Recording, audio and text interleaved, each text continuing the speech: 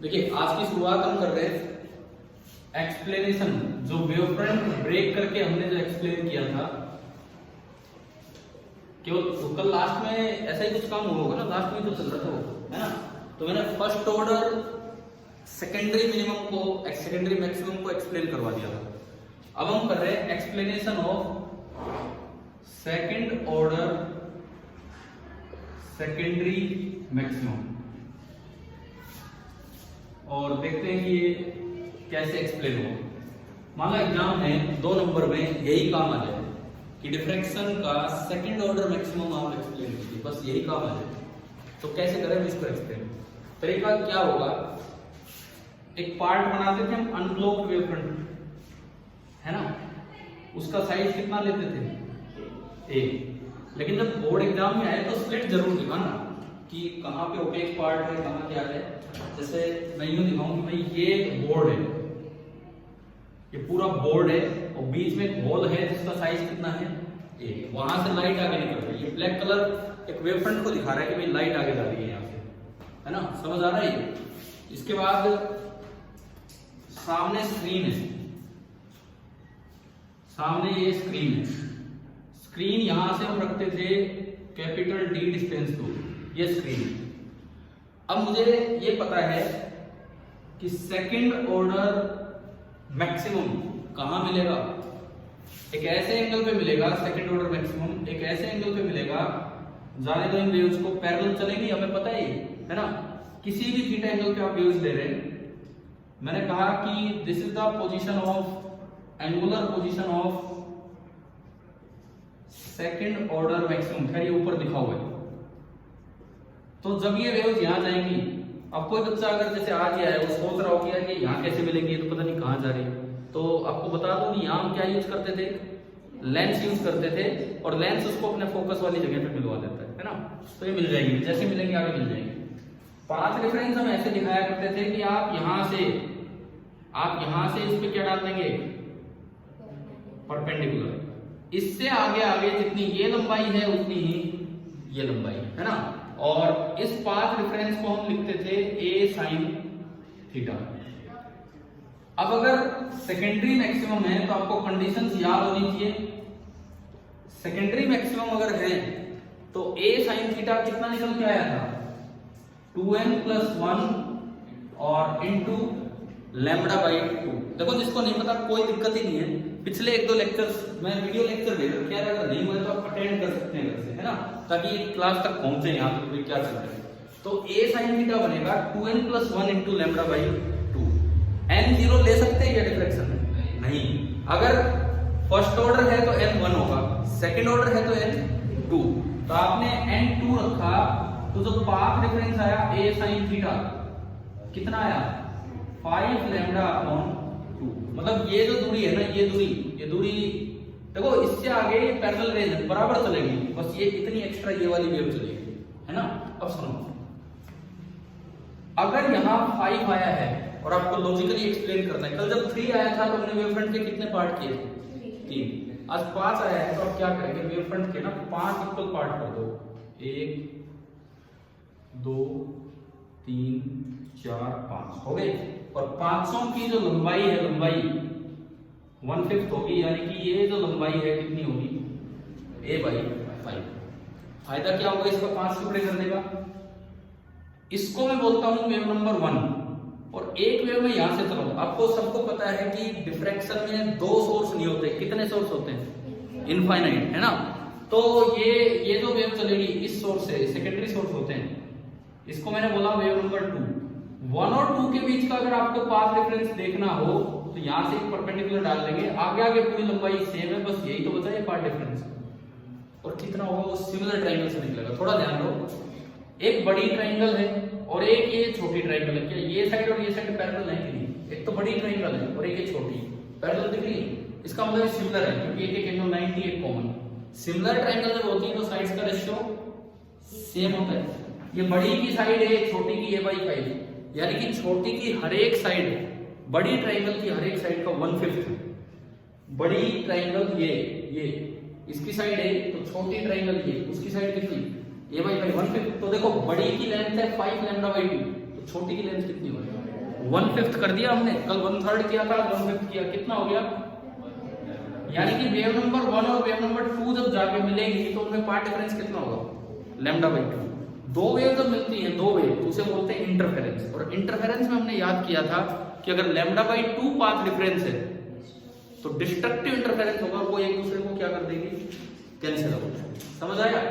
Similarly every point in this portion A, देखो ये A B C D E and F, every point in the portion AC will cancel out in the portion CD, corresponding point। तो पूरे AC से पूरा CD क्या हो गया? Cancel out, destructive interference, अंधेरा छा गया। सिमिलरली DE पोर्शन जो है, DE वो किसको कैंसिल करवा देगा? EF को। हो गया कैंसिल आउट। अब कितना पोर्शन बचा है? कितना? A/5 1/5। कल 1/3 बचा था। लास्ट में हमने लिखा भाई एक बड़ा हल्का मैक्सिमम बना है जिसकी इंटेंसिटी होती है I0/22। तो इतनी कम है सेंट्रल मैक्सिमम के मुकाबले। क्यों कम थी? क्योंकि दो हिस्से तो कैंसिल हो गए थे, केवल एक तिहाई हिस्सा बचा था। और हमने लिखा था उस एक तिहाई हिस्से की जो वेव है वो एक दूसरे को क्या करेंगी? सपोर्ट करेंगी, रेनफोर्स करेंगी, और वो आपस में कोशिश करती है इंटेंसिटी बढ़ाने की, लेकिन थोड़ी बढ़ा पाती है। द रेनफोर्स ईच अदर, और उससे इंटेंसिटी हुई थी I0/22। यहाँ केवल कितना हिस्सा काम आया है लास्ट में? 1/5। तो इंटेंसिटी और भी कम होगी।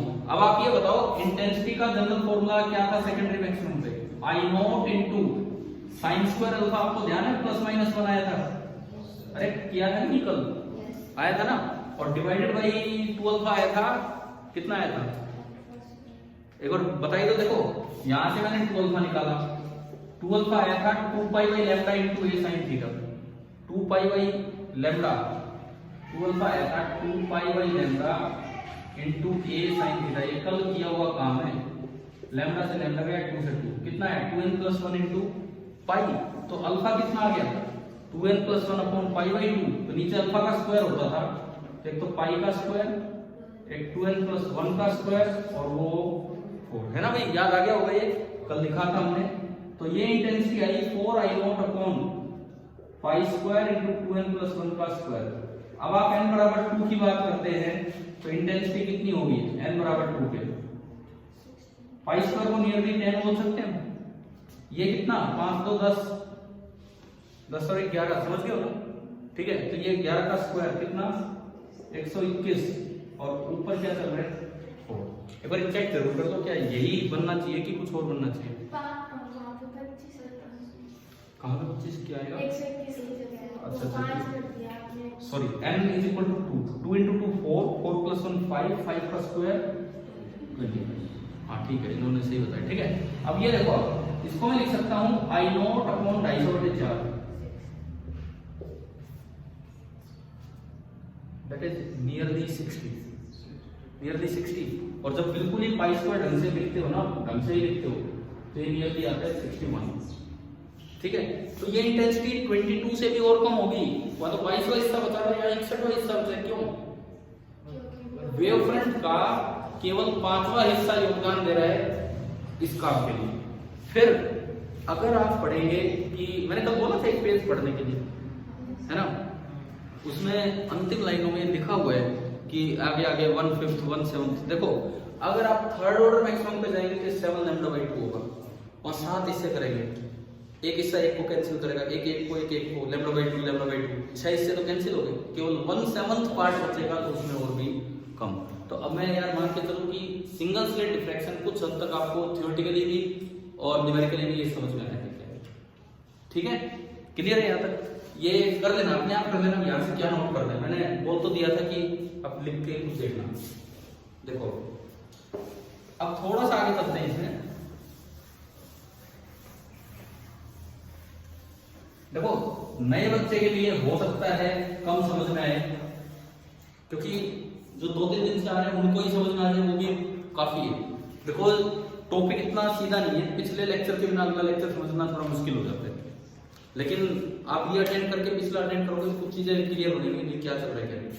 अब इसमें देखो एक बात आती है, हमने यंग्स डबल स्लिट एक्सपेरिमेंट अभी नहीं पढ़ा, अभी तो मैंने डिफ्रैक्शन से स्टार्ट करवाया, पीछे करवाया था, तो मैं बताता हूँ कि उसमें इंटेंसिटी कैसे निकालते हैं। एक बार आप एक बार आप देखना इधर, क्या कुछ कह रहे तो बताओ।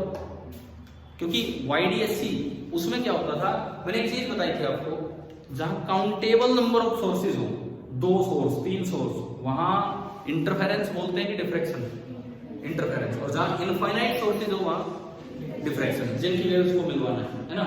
अब एक बार आप इधर ध्यान दो, क्योंकि इससे मैं आगे बढ़ूंगा।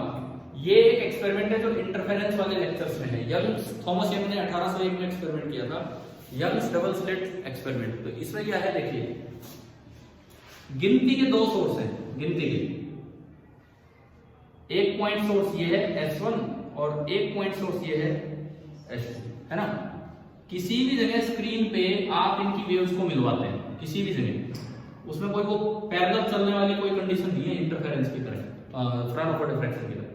और मान लो इन दोनों वेव्स के बीच का फेज डिफरेंस मैं कहूं कितना है, 5।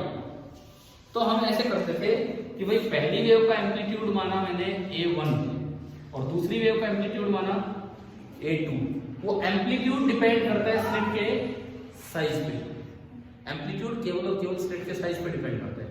और जो इंटेंसिटी होती है वो एम्पलीट्यूड का स्क्वायर होती है। तो पहली वेव की जो इंटेंसिटी बनेगी, वो बनेगी A1 स्क्वायर, दूसरी वेव की जो इंटेंसिटी बनेगी वो आपकी बनेगी क्या, A2 स्क्वायर। और मुझे चाहिए रिजल्टेंट इंटेंसिटी। तो हमने देखो कैलकुलस की तो जरूरत ही नहीं थी, क्योंकि क्या इनफाइनाइट सोर्स है, कितने सोर्स, 2। इंटीग्रेशन तो क्या करता है, बहुत ज्यादा चीजें हो ना उनको ऐड करने के काम आता है। 2 वाली चीजें तो हम डायरेक्टली ऐड कर लेंगे। और ट्रिग्नोमेट्री से जाते थोड़ा बड़ा बंदा, तो इसका आसान तरीका है फेजर। आपको अगर याद हो AC कभी पढ़ा हो, AC चैप्टर, उसमें ना RLC सर्किट पढ़ाते हैं। एक तरीका तो होता है एनालिटिकली जाओ, R के पास वोल्टेज लिखो, L के पास C के पास, सबका सम करो, ट्रिग्नोमेट्रिक इक्वेशन को सोल्व करो। उससे आसान होता है फेजर मेथड, फेजर बनाओ और वेक्टर सम की तरह हो जाता है। तो वो काम यहाँ किया था। देखिए एक बार, जब ये 2 ही वेव आके मिलेंगी और अगर उस फेज डिफरेंस को फाई बोल दिया, तो यहाँ पे जो इंटेंसिटी थी, अगर दोनों वेव की इंटेंसिटी सेम है तो इस इंटेंसिटी का फॉर्मूला आता है 4I0 cos square of pi by 2। ये आता है फॉर्मूला, है ना।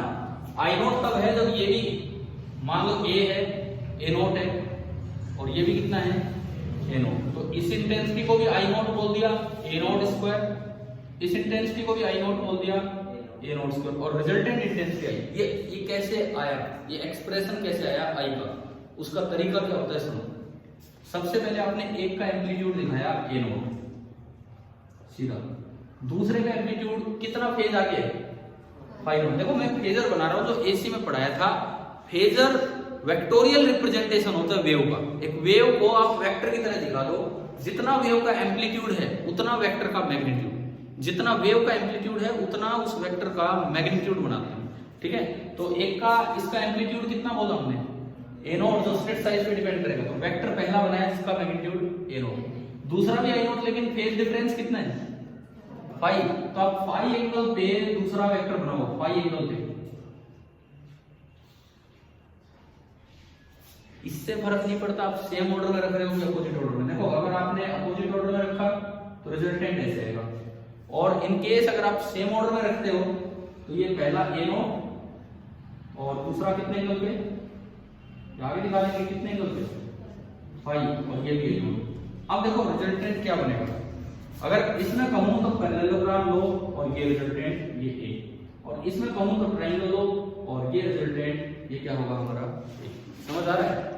अब वेक्टर एडिशन का फॉर्मूला है, आपके डायग्राम ये बनाओ, चाहे डायग्राम ये बनाओ। वेक्टर एडिशन हमें कहते हैं 2 वेक्टर्स का रिजल्टेंट होता है AR बराबर under root A1 square plus A2 square plus 2A1 A2 into cos of angle between them. और एक स्पेशल फॉर्मूला बनता है कि अगर दोनों वेक्टर्स के बीच दोनों वेक्टर्स का मैग्नीट्यूड सेम है तो फॉर्मूला छोटा आता है 2 इंटू F, मतलब magnitude of one vector into cos of half angle. पढ़ा हुआ है ये, यानी कि अगर दोनों वेक्टर्स का मैग्नीट्यूड सेम है तो वेक्टर एडिशन हमें कहता है वो जो under root A1 square A2 square से आएगा 2 into magnitude of either vector A0 into cos of half angle, और हाफ एंगल कितना हो गया, पाई बाई 2। वेक्टर एडिशन से हो गया, है ना। इंटेंसिटी चाहिए तो एम्पलीट्यूड का स्क्वायर कर दो जी, एम्पलीट्यूड का स्क्वायर। तो I बराबर A का स्क्वायर, 2 का square 4 A not square cos square of 5/2 और ए नॉट स्क्वायर को मैं क्या लिख सकता हूँ आई नॉट। तो आप देखो क्या ये फॉर्मूला आ गया। तो डबल स्लिट में दो वेव्स मिलेंगी किसी जगह तो इंटेंसिटी कैसे निकालना है ना। ये तो पीछे का एक टॉपिक। अभी मैं कुछ और चीज आपको बताऊंगा। अगर सिंगल स्लिट डिफ्रैक्शन होता तो उसमें एक नहीं, उसमें कितने सोर्स हैं मैं बार बार पूछ लेता हूँ। इनफाइनाइट। एक नहीं है, इनफाइनाइट है, छोटे छोटे टुकड़े हैं। और वहां इंटेंसिटी का फॉर्मूला आया 4I0 की जगह तो I0। बाहर कितना आएगा मैं उसका एक डायरेक्ट रिजल्ट बताता हूँ या बता चुका हूँ। एन स्लिट अगर है ना, एन स्लिट, तो बाहर आता है n square I0। N slit है तो बाहर आता है n स्क्वायर I0। अभी कितनी कितनी स्लिट है तो बाहर कितना आया 4I0। सिंगल स्लिट हो तो n कितना हो गया 1 स्क्वायर कितना होगा तो बाहर क्या आएगा। और आगे आता नहीं हमारे ट्रिपल स्लिट में 9I0 आ जाएगा, वहां में जाना ही नहीं। ठीक है। अब अगर डबल स्लिट है, डबल स्लिट है तो ये जो फेज पहुंचा है ये कितना है 5। अभी हम आगे बताएंगे बाई कन्वेंशन इसको मैं रिप्रेजेंट करूंगा 2 बीटा से। अभी नहीं, आगे एक टॉपिक आना 1-2 दिन में। YDSC दोबारा आएगा। जब दो स्लिट है तो क्या सिंगल स्लिट ऊपर आएगी नहीं और सिंगल स्लिट नीचे भी है, और सिंगल स्लिट से तो क्या हो जाता है डिफ्रैक्शन। तो YDSC में खाली इंटरफेरेंस नहीं होगा बल्कि साथ में क्या होगा डिफ्रैक्शन भी होगा। जब वो इफेक्ट लेंगे ना तो वहां हम एक कन्वेंशन लेंगे कि इंटरफेरेंस वाला जो फेज डिफरेंस है उसको तो रिप्रेजेंट करेंगे 2 बीटा से, और एक स्लिट का जो डिफ्रैक्शन वाला फेज डिफरेंस वो आप सभी जानते हैं उसको हम रिप्रेजेंट करते हैं 2 अल्फा से। तो वहां जो इंटरफेरेंस को जब 5 को 2 बीटा लिखेंगे तो 5/2 कितना हो जाएगा। जब 5 को 2 बीटा लिखेंगे बाई कन्वेंशन 5/2 कितना हो गया बीटा। तो ये intensity 4I0 cos square beta भी आप लिख सकते हो। लेकिन अभी नहीं वो उस टॉपिक में जाते हैं। तो मेरा सवाल क्या है वो सुनो। आपने तो यहाँ कोई कैलकुलस नहीं लगाया, जरूरत ही नहीं थी, 2 ही सोर्स थे। मैथमेटिक्स भी ट्रिग्नोमेट्री वाला नहीं लगाया, फेजर एडिशन कर दिया। तो एक क्वेश्चन लिखो, एक क्वेश्चन लिखना है इसके बाद। ये एक्सप्लेनेशन कर लोगे ना अपने आप। तो अगर आपने हेडिंग डाली है तो अपने आप थोड़ी जगह छोड़ सकते हो, कर सकते हो। आधा पेज बहुत है। कौन सी एक्सप्लेनेशन सेकंड ऑर्डर वाली को। अब आप एक क्वेश्चन ये लिखो, is phasor addition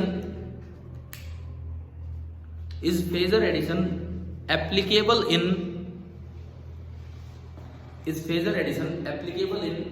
single slit diffraction or not?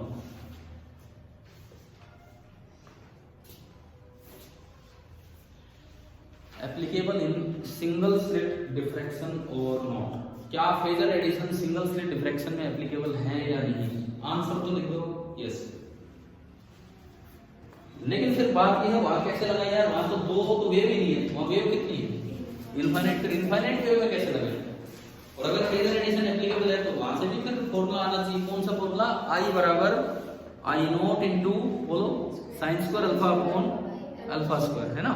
अब देखते हैं कैसे एप्लीकेबल उसको देखते हैं।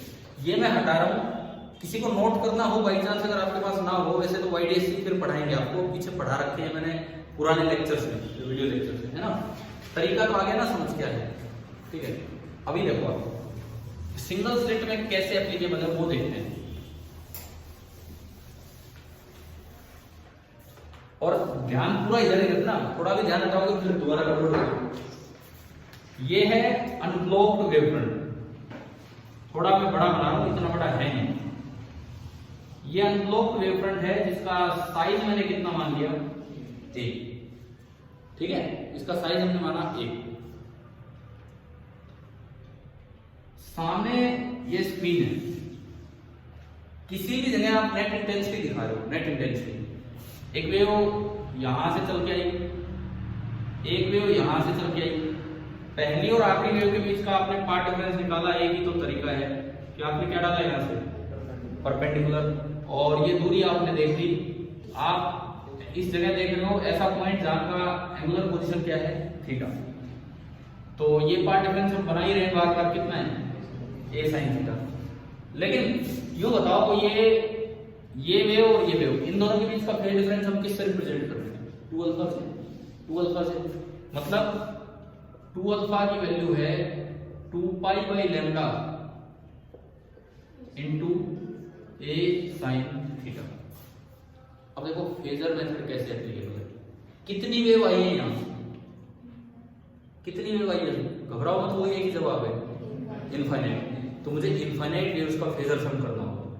सबको सेम ऑर्डर में रखेंगे, दो को जोड़ते हैं तो ट्रायंगल लॉ से जुड़ जाते हैं, दो से ज्यादा होते हैं तो polygon law of vector addition पढ़ा आपने भाई, दो से ज्यादा हो तो सबको सेम ऑर्डर में रखो और जो क्लोजिंग साइड है वो क्या देगा उनका रिजल्टेंट। अभी मैंने आपको YDSC वाला बताया, दो के केस में आप रिजल्टेंट निकालो, एम्पलीट्यूड निकाल लो रिजल्टेंट का, जो एम्पलीट्यूड आए उसका स्क्वायर कर दो, वही क्या देगा आपको इंटेंसिटी, है ना। वही काम यहां करते हैं। देखो इनफाइनाइट वेव कैसे बनाए उसका तरीका सुनिए। सपोज मैं कहता हूं ये ओरिजिन है और ये जेड एक्स है, मैं किसी भी हाइट पे गया, किसी भी हाइट पे मैं गया और मैं थोड़ी सी विड्थ मानूं कितनी dz। हमने एक चीज पढ़ी थी कि जो वेव चलेगी उसका एम्पलीट्यूड विड्थ के स्लिट के साइज के डिपेंड करता है ना। तो इस पॉइंट सोर्स से जो वेव चलेगी उसका एम्पलीट्यूड मैं dz बोल सकता हूं भाई। इस पॉइंट सोर्स से जो वेव चलेगी उसका जो एम्पलीट्यूड होगा कितना होगा dz, और इसका फेज इससे ज्यादा होगा थोड़ा, क्योंकि ये कम चली है, ये इतना ज्यादा चली, ये वाली और भी ज्यादा चली है। लास्ट वाले का फेज कितना ज्यादा है 12 का। तो अगर मैं पहले वाले का फेज 0 बोलूं, इसका थोड़ा ज्यादा, आखिरी वाले का कितना ज्यादा 12। आखिरी वाला क्या, ये वेव्स हैं, सारी वेव्स नहीं है वहां, ठीक है। और सारे dz थिकनेस के हैं, तो यानी कि सारी वेव्स का एम्पलीट्यूड आप कितना मान सकते हैं dz। अब देखो मैं फेजर एडिशन करके दिखाऊंगा। मैंने पहली वेव बनाई, पहली वेव 0 डिग्री पे, उसका एम्पलीट्यूड कितना है dz। ये पहली वेव यहां से तो चली, अगली वेव का एम्पलीट्यूड थोड़ा सा ज्यादा होगा, थोड़ा सा ज्यादा, अगली वेव का एम्पलीट्यूड और थोड़ा सा ज्यादा होगा, अगली वेव का एम्पलीट्यूड और थोड़ा सा ज्यादा होगा, लास्ट वाली का, ये लास्ट वाली आ गई।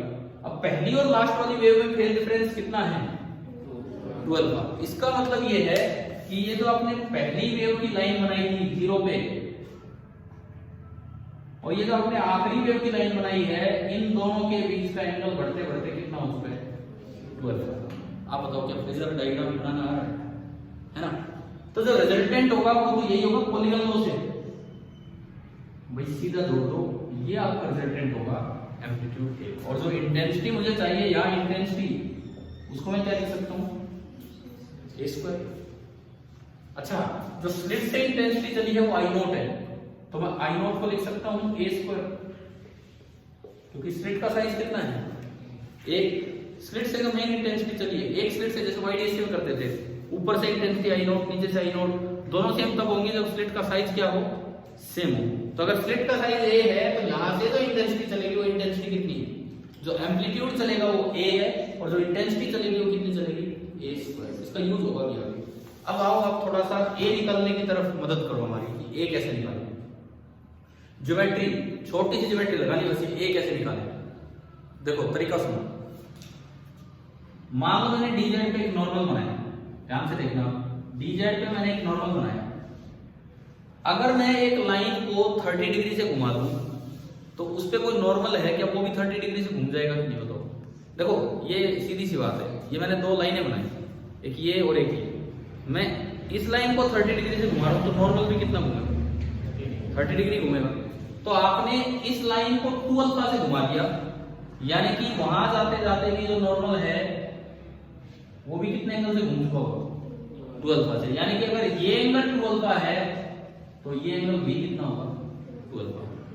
आई बात समझ में कि नहीं, क्योंकि ये भी नॉर्मल है और ये भी क्या है यहाँ पे नॉर्मल, ठीक है। अब ये इतने छोटी है कि ये ऑलमोस्ट एक सर्कुलर आर्क बन जाती है, ठीक है। ये तो ये इतने छोटे हैं कि आप इसको आप यूं लिख सकते हो कि this is like a circle. अच्छा ये लंबाई dz, सुनो, ये लंबाई dz, फिर ये लंबाई dz, फिर ये लंबाई dz, ये सारी की सारी लंबाई dz मिलके पूरी स्लिट को कवर करके, तो सारे dz का सम कितना है, स्लिट का साइज कितना है a। समझ गए हो। यानी कि मेरे पास एक आर्क बनी, मेरे पास सर्कल की एक आर्क बनी, और उस सर्कल की आर्क लेंथ कितनी है, जितना स्लिट का साइज है, dz plus dz plus dz। यानी कि इस सर्कुलर आर्क की जो लेंथ है, तो लेंथ कितनी है a, है ना। और मुझे चाहिए ये एम्पलीट्यूड, रिजल्टेंट एम्पलीट्यूड, तो भाई मेरा ये है, मुझे चाहिए रिजल्टेंट एम्पलीट्यूड जो कि ये है। बस यही तो चाहिए, ज्योमेट्री, केवल ज्योमेट्री काम आएगी। केवल ज्योमेट्री। कैसे?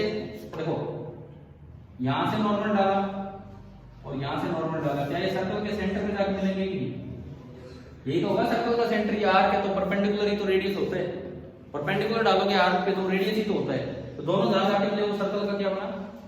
सेंटर बना। सबसे अच्छा सेंटर का एंगल कितना है? 12 का। लेंथ ऑफ आर्क कितनी है? ए, तो मेरे पास रेडियस आ गया, आर्क का रेडियस आ गया। बताओ कैसे? कैसे है? मुझे लेंथ ऑफ द आर्क पता है सर्कल की, मुझे सेंटर पे एंगल पता है, तो रेडियस कैसे आएगा यहाँ पे? कैसे आएगा बताओ?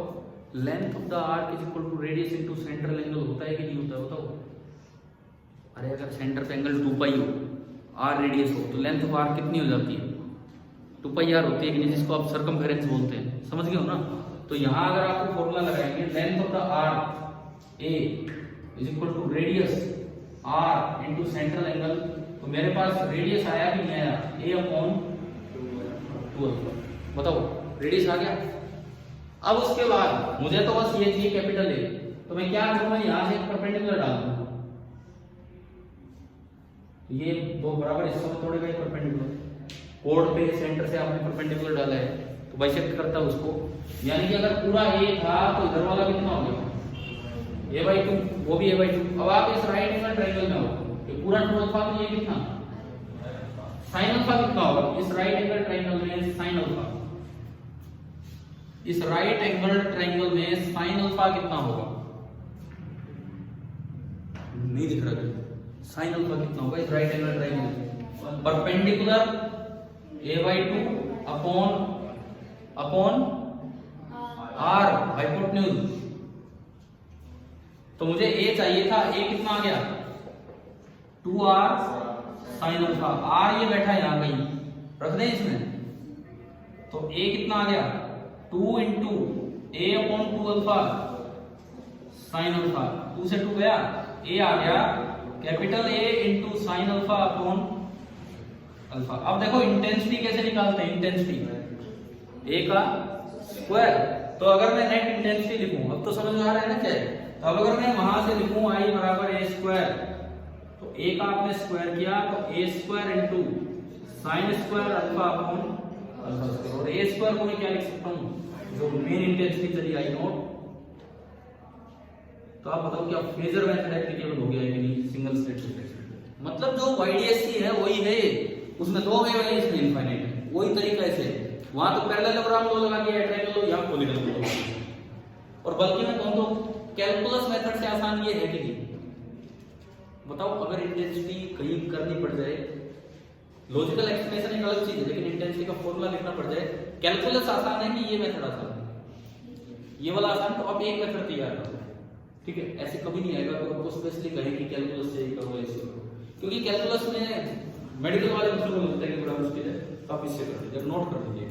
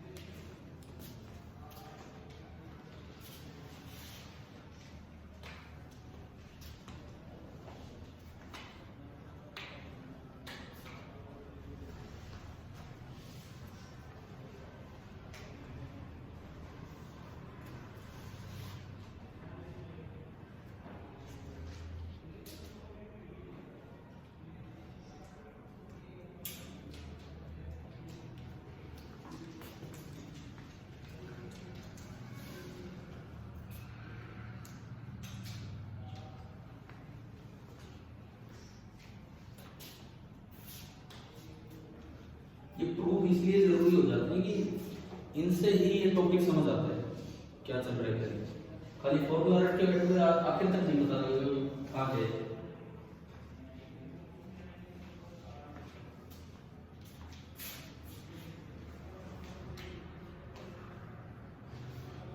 थोड़ा ये सीक्वेंस का ध्यान रखना भाई, पहले हमने इधर वाला काम किया, उसके बाद ये काम किया, उसके बाद ये काम किया, थोड़ी उल्टी सीक्वेंस चल रही है। वो तो है, मैं इधर की ये बता रहा हूँ, ये जो है ना क्यों आए हैं उल्टा चल के, तो इस पर ध्यान रखना। कॉपी में सीधा नोट करना।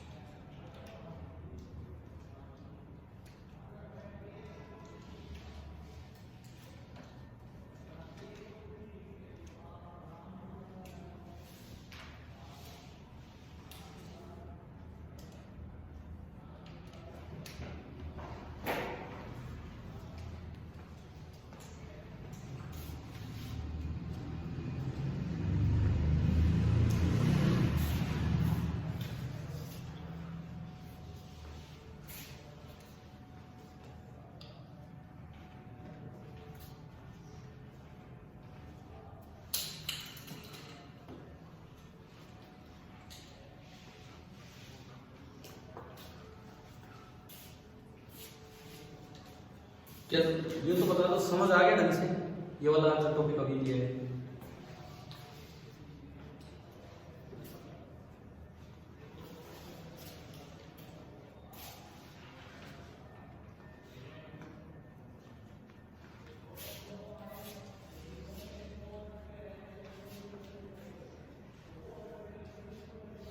अब हम फिर से ग्राफ पाएंगे जो पीछे भी 2 बार बनाया होगा, इंटेंसिटी डिस्ट्रीब्यूशन ऑन स्क्रीन, उस पर 1-2 चीजें पढ़ेंगे।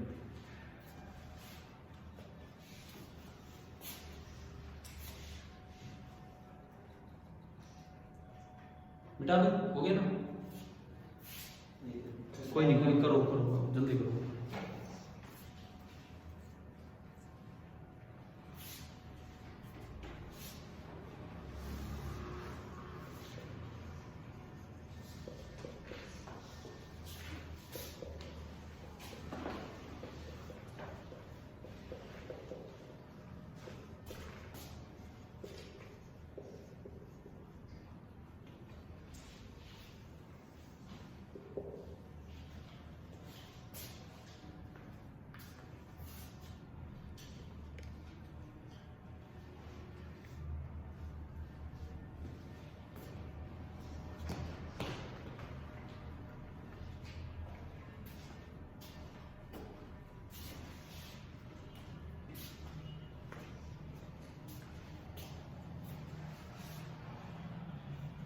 अब हम चलेंगे इस पे इंटेंसिटी डिस्ट्रीब्यूशन ऑन स्क्रीन पे। भाई अगर ये यही हुआ है अभी तो इसके बाद ये काम हो गए, ठीक।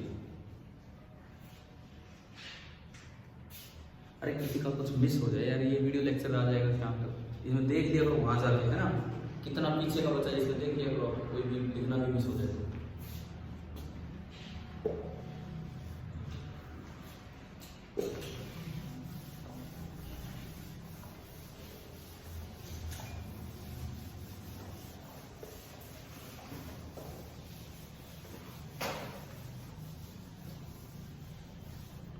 देखिए इंटेंसिटी डिस्ट्रीब्यूशन ऑन स्क्रीन की कैसा एक ग्राफ बनेगा,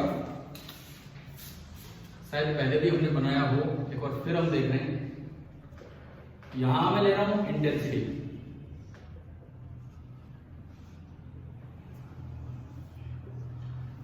और यहां आप चाहो तो a sin थीटा ले लो, चाहो तो 2 अल्फा ले लो, बात एक ही, आपको मन करे वो आप एक्सिस ले सकते हो।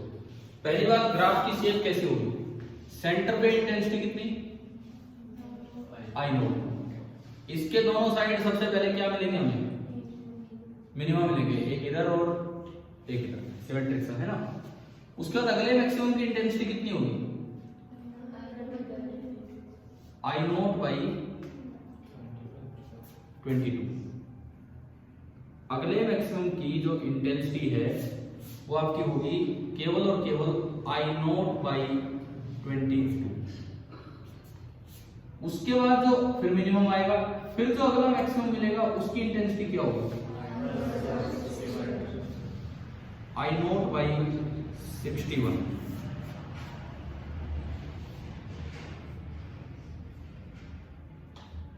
ये ठीक है। उससे अगला हमने शायद कैलकुलेट नहीं किया होगा, 1 मिनट कर रखा है वो, ठीक है। हाँ, तो ये लगभग इतना आता है, तो ये छोटे होते चलेंगे, हमें याद रखने की जरूरत नहीं। अब हम बात ये करते हैं इसमें एक दो चीजें यार, देखो कुछ भी चीज पूछी जा सकती है ना, कुछ भी पॉइंट कहीं भी बना के पूछा जा सकता है, बोर्ड एग्जाम में नहीं तो और किसी एग्जाम में। मेरा सवाल है कि जो सेकेंडरी मैक्सिमम है, क्या ये दोनों मैक्सिमम के दोनों मिनिमा जो है इनके बिल्कुल बीच में है या थोड़ा साइड में है? मेरा सवाल सुनो ध्यान से। ये जो सेकेंडरी मैक्सिमम की पोजीशन है, क्या इन दोनों के बिल्कुल बीच में होता है या थोड़ा साइड में होता है? इसका जवाब कीजिए।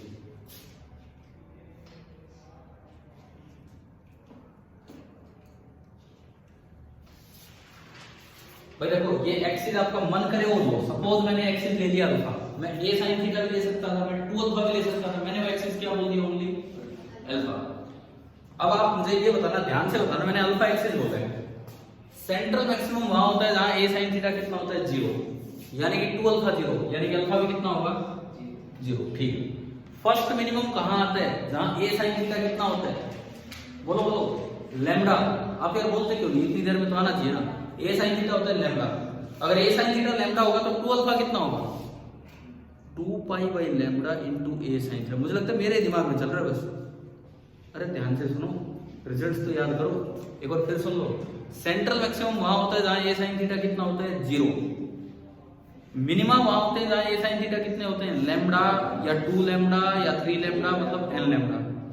और first order, second order, secondary maximum ये वहां चलते हैं जहां a sin थीटा λ/2 नहीं, वहां कुछ नहीं होता। 3 λ/2, 5 λ/2, 7 λ/2 मींस 2n + 1 * λ/2। अब a sin थीटा से निकलता है 2 अल्फा। 2 अल्फा होता है 2 pi by lambda into a sin theta. ये तो फेज डिफरेंस निकालते हैं, याद होना चाहिए, है ना। तो यूं बताओ, जहां मिनिमम होता है फर्स्ट ऑर्डर मिनिमम, वहां a sin थीटा कितना होता है? लैम्डा। तो 2 अल्फा कितना होगा? कॉपी पेन का थोड़ा यूज कर लो, अगर कहीं पीछे लिख के देख लो। a sin थीटा लैम्डा होता है तो 2 अल्फा कितना होगा? 2 pi by lambda into a sin theta. तो 2 अल्फा कितना हो गया? अगर इतना टाइम लग रहा है, कॉपी पेन से लिख के यार अपना कर दो। फर्स्ट ऑर्डर मिनिमम पे a sin थीटा कितना होता है? ये बताओ।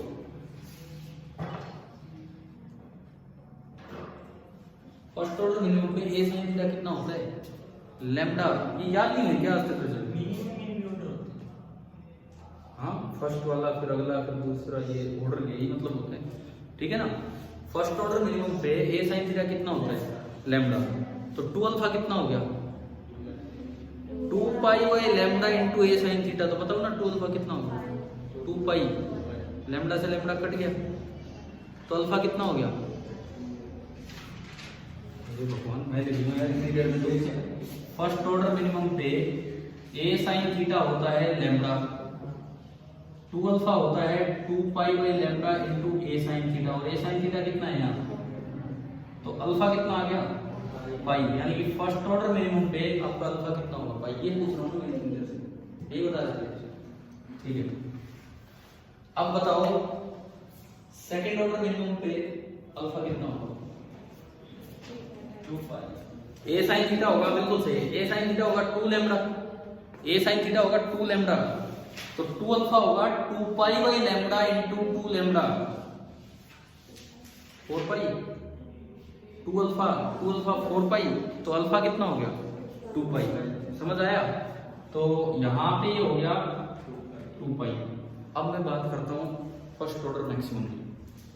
फर्स्ट ऑर्डर मैक्सिमम वहां पे a sin थीटा कितना होता है? 3 λ/2। फर्स्ट ऑर्डर मैक्सिमम पे a sin थीटा होता है 3 λ/2। तो 2 अल्फा होगा 2 pi by lambda into 3 lambda by 2 2 lambda lambda कितना है 2 अल्फा 3 पाई, तो अल्फा कितना होता है 3 पाई बाई 2। अब मेरा सवाल ये था कि क्या सेकेंडरी मैक्सिमम जो है क्या दो मिनिमा के बिल्कुल बीचों बीच है कि नहीं। एक बार इस ग्राफ को देख के बताओ, बिल्कुल है, लेकिन इसमें सच्चाई नहीं है। हम जो ये रिजल्ट याद कर लेते हैं ना कि यहाँ सेकेंडरी मैक्सिमम होता है, इसमें थोड़ा सा हल्का सा फेरबदल होता है। देखो ये 3/2 पाई है, 3/2 पाई को पॉइंट्स में बोलिए कितना है 1.5 पाई, लेकिन असल में जो फर्स्ट ऑर्डर सेकेंडरी मिनिमम होता है मैक्सिमम होता है ना 1.43 पाई पे होता है। अभी अपना ये रिजल्ट क्या दे रहा है कि सेकेंडरी मैक्सिमम पहले वाला आएगा अल्फा कितना है 1.5 पाई। फैक्ट ये है कि वो मिलता है 1.43 पाई। तो यूँ बताओ जो सेकेंडरी मैक्सिमम, ये प्रैक्टिकल बात है, हालांकि इसका प्रूफ भी है, ऐसा नहीं कि इसका प्रूफ नहीं है, पर हम एक एक चीज भी प्रूव नहीं करेंगे। तो अब मैं आपको एक ऐसी जानकारी वाली बात बता रहा हूं जो कोई पूछे तो ही बताना, ठीक है ना। पेपर में अगर पूछी जाए तो ही ये बतानी है, बिकॉज वैसे फिर आप एक नॉर्मल से क्वेश्चन को भी कॉम्प्लिकेटेड कर देंगे। पूछी जाए ना अगर ये बात कि ये सेकेंडरी मैक्सिमम क्या एग्जैक्टली बीचों बीच होता है दोनों में, तो नहीं होता है। किधर शिफ्टेड होता है, सेंटर की तरफ या दूर की तरफ, सेंटर की तरफ। ये जो 1.5 पाई है एग्जैक्टली ये कितना होता है 1.43 पाई। समझ गए हो, ये रिजल्ट अपना ये देते हैं, पर ये अप्रोक्सीमेट रिजल्ट है, ये जो मैक्सिमम वाले जो रिजल्ट है ना। तो ये तो अपना बन गया डायग्राम, ठीक है। और फिर यहाँ पे मैं एक लाइन लिख देता हूँ, बोल देता हूँ, अगर आप बना दें यहाँ पे बना लो, फिर इसमें ही ना ये यहाँ पे ही बस आप ये मेंशन कर देना 1.43 पाई, ताकि ये समझ आ जाए कि भाई ये क्या बताया गया है। डायग्राम में मेंशन कर दो 1.43 पाई।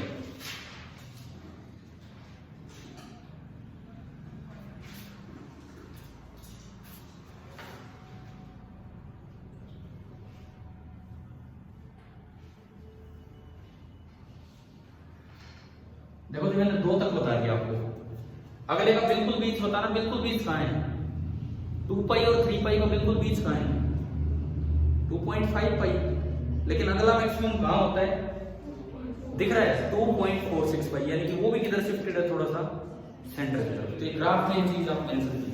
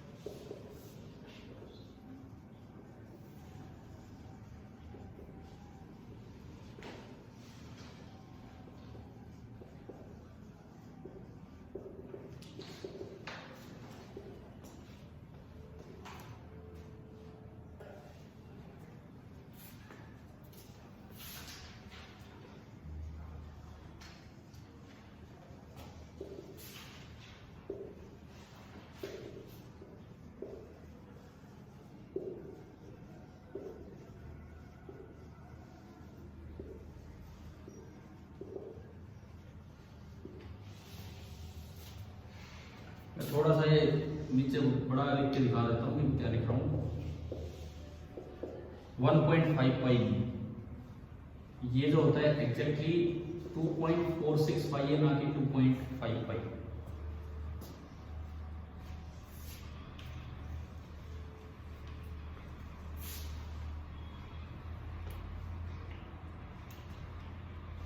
अच्छा, कोई अगर बाई चांस सोचे ना हमें नहीं करना कि आया कैसे, फिर भी कोई अगर किसी के दिमाग में आए कि भाई ऐसे कैसे आ गया, तो मेरे पास I L function of alpha है I0 into sine square alpha upon alpha square. Maximum है ना, maximum at secondary maxima, DI by D alpha कितना होगा डिफरेंशिएशन, सेकेंडरी मैक्सिमा पे DI बाई डी अल्फा कितना होगा 0 होगा, है ना। नहीं करना हमें डिफरेंशिएशन नहीं करना, बट मैं आपको बता रहा हूँ कि वो जो वैल्यूज निकल के आएंगी वो कहां से निकल के आएंगी।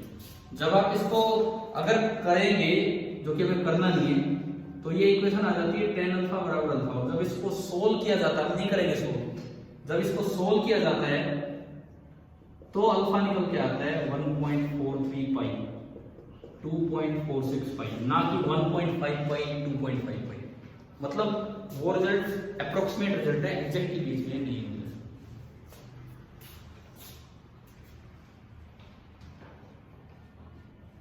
और एक चीज जरूर दिमाग में रखना कि अनलेस स्टेटेड, जब तक इसका जिक्र ना हो या ये चीज पूछी ना जाए, इग्नोर दिस पॉइंट।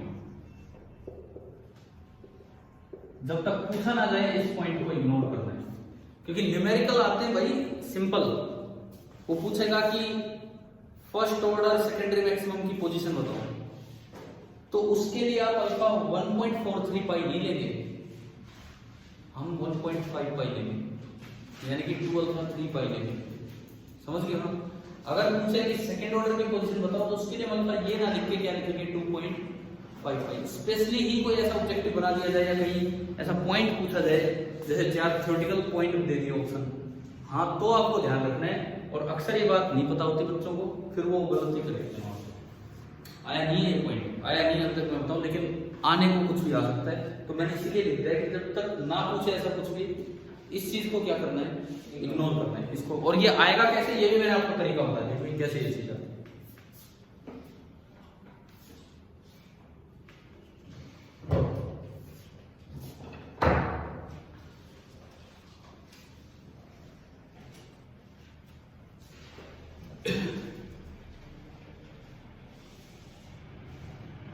अब यहाँ पे एक और चीज आप ऑब्जर्व करेंगे इसमें,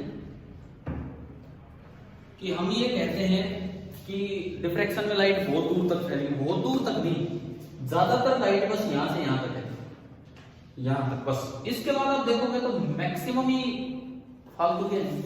ये कहने को मैक्सिमम इंटेंसिटी है कितनी, 22 टाइम्स कम, कुछ भी नहीं है, मतलब इसके बाहर नेग्लिजिबल लाइट है। तो अगर पूछा जाए कि ज्यादातर लाइट कहां तक गई है डिफ्रैक्शन में, तो दोनों साइड जो फर्स्ट ऑर्डर मिनिमम है ना, उतनी दूरी तक गई है। और इस इलाके को बोल देते हैं डिफ्रैक्शन रीजन या डिफ्रैक्शन डिस्क। ये इलाका बोला जाता है डिफ्रैक्शन डिस्क, कि भाई इतनी दूरी तक लाइट फैली। आप लिख सकते हो यहाँ पे ये बना के कि this is the diffraction disc. मतलब इतना अगर मैं एक सर्कल सा पार्ट बनाऊं तो ये है डिफ्रैक्शन डिस्क।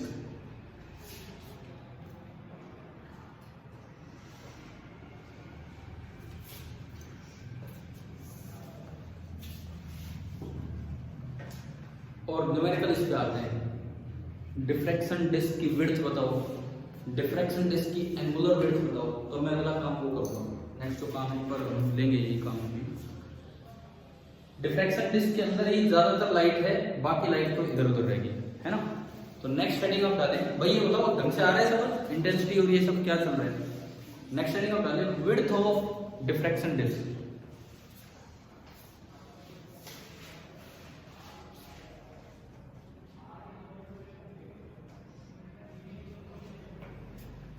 एक तो इसका मतलब लिख दो, it is the distance,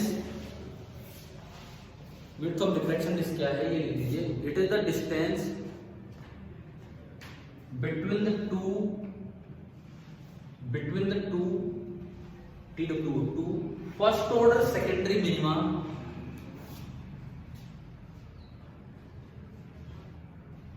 between the two first order secondary minima on,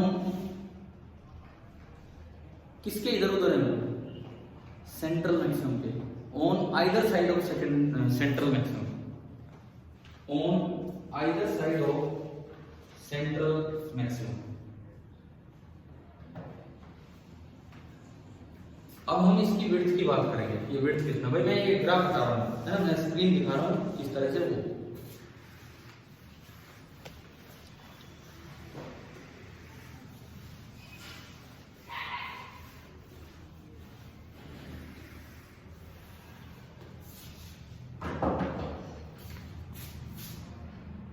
ये स्क्रीन है,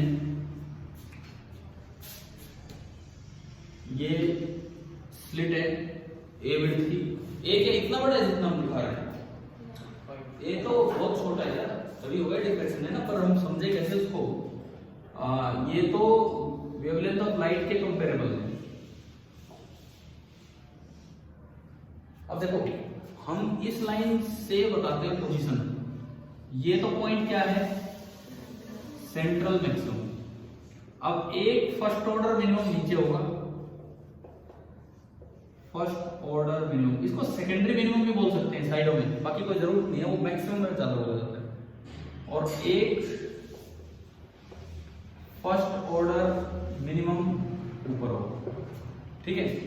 ये जो इलाका है ना, ये इस रीजन को हम क्या बोल देते हैं स्क्रीन पे, डिफ्रैक्शन डिस्क। इसका साइज मान लो radius of diffraction disc R है, तो आर ही ऊपर, तो इसकी विड्थ, डिफ्रैक्शन डिस्क की जो विड्थ है, विड्थ वो कितनी बोली जाएगी, 2r। एंगुलर विड्थ भी बोलते हैं, कैसे, देखो इस पॉइंट की एंगुलर पोजीशन मान लो थीटा है, सपोज इस पॉइंट की एंगुलर पोजीशन थीटा है, तो ऊपर वाले की भी एंगुलर पोजीशन कितनी होगी, थीटा।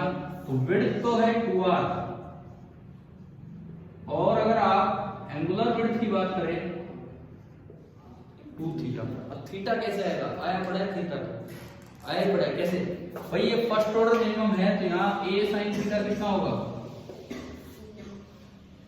लैम्डा, है ना। फर्स्ट ऑर्डर मिनिमम है तो a sin थीटा लैम्डा, तो sin थीटा कितना आ गया। और ये बड़े छोटे एंगल होते हैं, बहुत दूर तक तो ऐसा होता ही नहीं। फॉर स्मॉल एंगल, ये मैं यहां लिख देता हूं पहले ही कि for small angles sin theta और tan थीटा दोनों ही लगभग किसके बराबर होते हैं, थीटा के बराबर है, और थीटा जो है वो रेडियन में, डिग्री में नहीं रेडियन, है ना। तो इस sin थीटा को मैं नियरली थीटा लिख सकता हूं, तो थीटा नियरली कितना आ गया, तो बताओ एंगुलर विड्थ कितनी आ गई, 2 लैम्डा बाई a। तो सेंट्रल डिफ्रैक्शन बैंड बोल दो, कुछ बोल दो, इसकी एंगुलर विड्थ तो कितनी आ गई मेरे पास, 2 लैम्डा बाई a। अब मैं बात करता हूं लीनियर विड्थ की। सपोज ये दूरी d है, स्क्रीन से स्लिट की दूरी सपोज कितनी है, कैपिटल D, ठीक है। तो tan थीटा कितना होगा बताओ एक बार देखते हैं, r बाई d दिख रहा है। तो अगर ये है तो tan थीटा आपका होगा r बाई d, और sin थीटा है लैम्डा बाई a। और ये देखो ना, for small angle sin theta is nearly equal to tan theta, ये देखो आप sin theta is nearly equal to tan theta r by d, sin theta lambda by a। तो हमने इन दोनों को लगभग इक्वेट किया, तो r by d is equal to, तो यहां से r कितना आ गया, lambda by a into d। तो लीनियर विड्थ कितनी आ गई, 2 times lambda d by a। भाई ये फॉर्मूले हैं जो डायरेक्ट यूज होते हैं, बताओ समझ आ रहे हैं। एक चीज का ध्यान रखें, बहुत बार क्या होता है क्वेश्चन में ना d नहीं दिया होता, फिर भी ये चीजें पूछ लेते हैं। d नहीं दिया होता, लेंस की फोकल लेंथ दे रखी होती, कौन सा लेंस, कलेक्टिंग लेंस। क्या ये फ्रानोफर डिफ्रैक्शन में एक लेंस यूज करते हैं कि नहीं, ठीक है। अब एक चीज मैं यहां लिखता हूं, वो देखिए आप सुनिए कि if focal length of collecting lens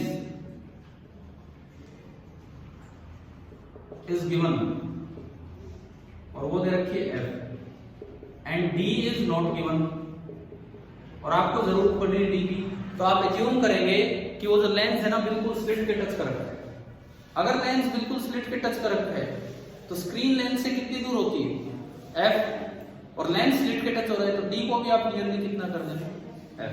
तो ऐसे केस में आप ये मानेंगे कि लेंस जस्ट टच कर रहे हैं, तो assume d nearly equal to f। और अगर d नियरली f मानेंगे तो जो विड्थ होगी हो जाएगी 2 lambda by a into f।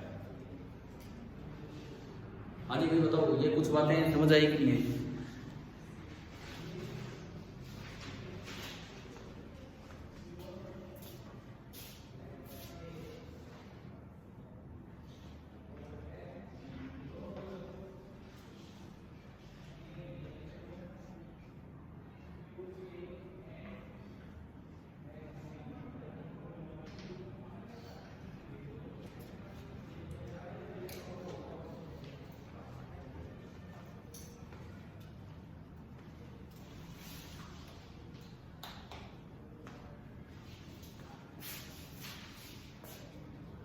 मैं एक आखिरी पॉइंट बता दूं, फिर आप ये कर लेना नोट। लास्ट पॉइंट, एक साइंटिस्ट थे हवा हवाई तो नहीं थे, मतलब उनका नाम ही ये है, लोग क्या करें, एरी।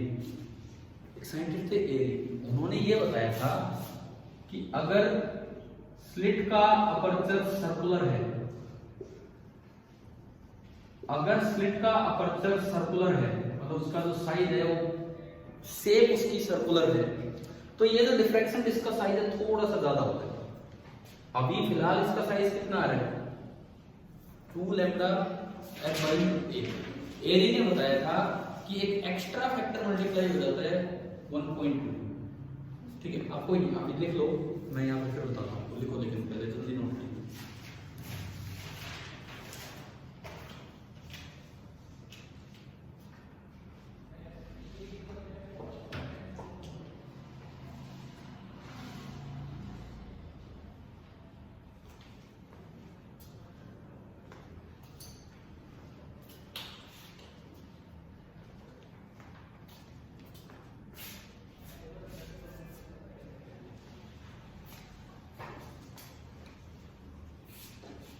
क्योंकि मैं फिर इसमें थोड़ा सा चेंज करूंगा अभी एरी वाली कंडीशन बताने के लिए। यहाँ पे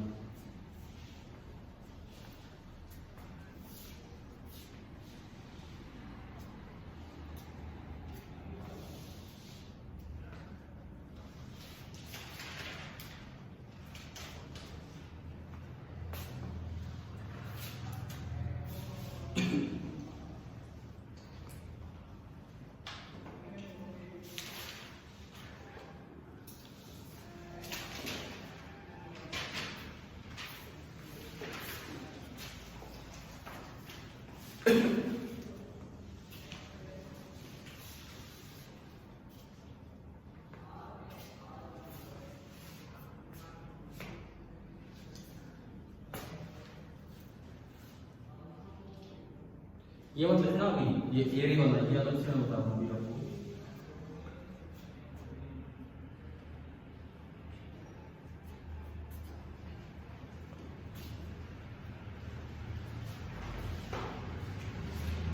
हो गया।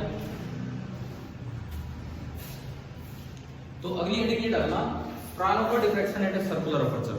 एक हेडिंग की तरह डालना, Fraunhofer diffraction at a circular aperture. कोई रह गया कुछ पॉइंट, कोई बात नहीं, आप नेक्स्ट हेडिंग डालो, जरा सा चेंज है, फिर आप लिख लोगे। Fraunhofer diffraction at a circular aperture, board पे लिखा है सर्कुलर अपर्चर, मतलब यहाँ पे स्लिट का साइज सर्कुलर है। तो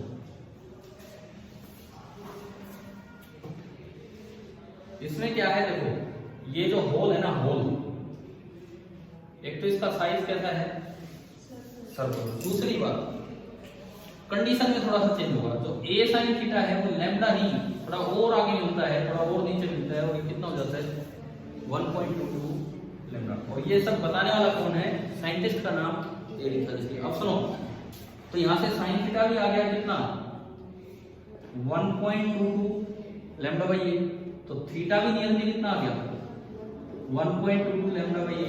2 थीटा जब करोगे तो 2 इंटू 1.22 2.44 लैम्डा बाई ए।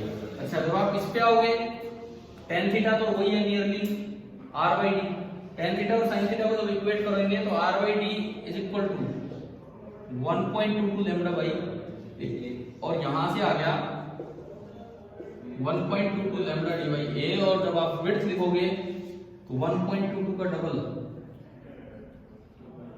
2.44, ये चीज है बस, समझ आया, बाकी सब सेम। ठीक है, आप कर लीजिए नोट, इससे आगे फिर हम कल करेंगे।